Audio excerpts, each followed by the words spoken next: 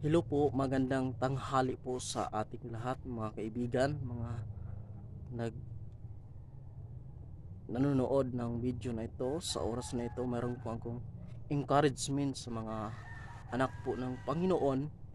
So sabi ng banal na kasulatan is sa 1 Thessalonians chapter 5 verse 23. Sabi ng banal na kasulatan, "And the very God of peace sanctify you wholly, and pray God your whole spirit and your soul and the body preserve blameless unto the coming of our Lord Jesus Christ." So, darating talaga ang Panginoon mga kaibigan na hindi nating inaakala. So, mas maigi na paghandaan po natin yung ating buhay na kung saan patutungo someday.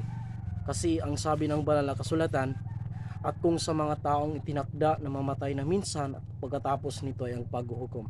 So kamatayan po ang darating na hindi mo inaakala ang kamatayan, pero someday sabi ng banal na kasulatan, isaharap ka sa Panginoon. Mas maigi na wala kang kapintasan sa pagharap ng Panginoon. So hindi ka walang kapintasan. So sana maisip mo na ginpakabanal ka ng Panginoon kung ikaw ay isang ligtas, isang Kristiyano na, isang mananampalataya ng Panginoon. So maging handa po tayo. So makakapunta ka lang sa Panginoon, so we must blameless. So kinakailangan mo maging walang kapintasan. So diri ka maisog. So sana maging blameless ka sa pagharap sa Panginoon.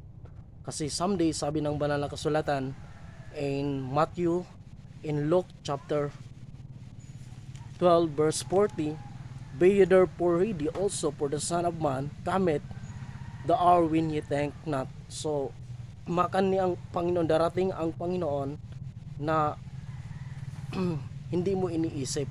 So dapat abala pa tayo sa mga bagay sa mundong ito. Mas dapat maging abala tayo sa pagharap sa Panginoon. Kasi someday haharap ka sa Panginoon, we must prepare to meet the Lord. So maging handa po tayo sa pagharap sa Panginoon. So dapat maisip mo na darating talaga ang panahon na maging we must blameless. Walang kapintasan yung mga anak ng Diyos. Kung hindi ka pa anak ng Diyos, kaibigan, sa oras na ito, mayroong magandang balitang Panginoon. Nais niya na tanggapin mo ang Panginoong Hesus bilang Panginoon mo at tagapagligtas, na sinabi ni Jesus, siya yung daan, siya yung katotohanan, at siya yung buhay na walang hanggan. Walang makakapunta sa Ama kundi sa pamagitan ni Hesus Kristo. Si Kristo lang ang daan patungo ng langit. Kaibigan, hindi sa mga mabuting gawa ang tao maliligtas, kundi sa pamagitan ng Panginoong Hesus, sa pananampalataya sa biyaya ng Panginoon. Sa oras na ito, kaibigan, so darating ang Panginoon, for the Son of Man makaniya kamit when you think not. So pupuntang Panginoong Hesus sa sanglibutan na hindi mo iniisip. So parang magnanakaw na darating siya na sa oras na hindi mo iniisip. Kaya maging handa po tayo sa pagparito ng Panginoon. So kung ligtas ka na, mas maigi na maging blameless po sa pagharap sa Panginoon. So thank you po sa oras nito, sa encourage ng banal na kasulatan. Is maraming salamat sa panonood ng video na ito. I hope meron tayong natutunan na si Kristo lang talaga yung daan, at ang banal na kasulatan at ang salita po ng Panginoon is ito po yung guide po natin patungo po sa langit. So we must blameless po.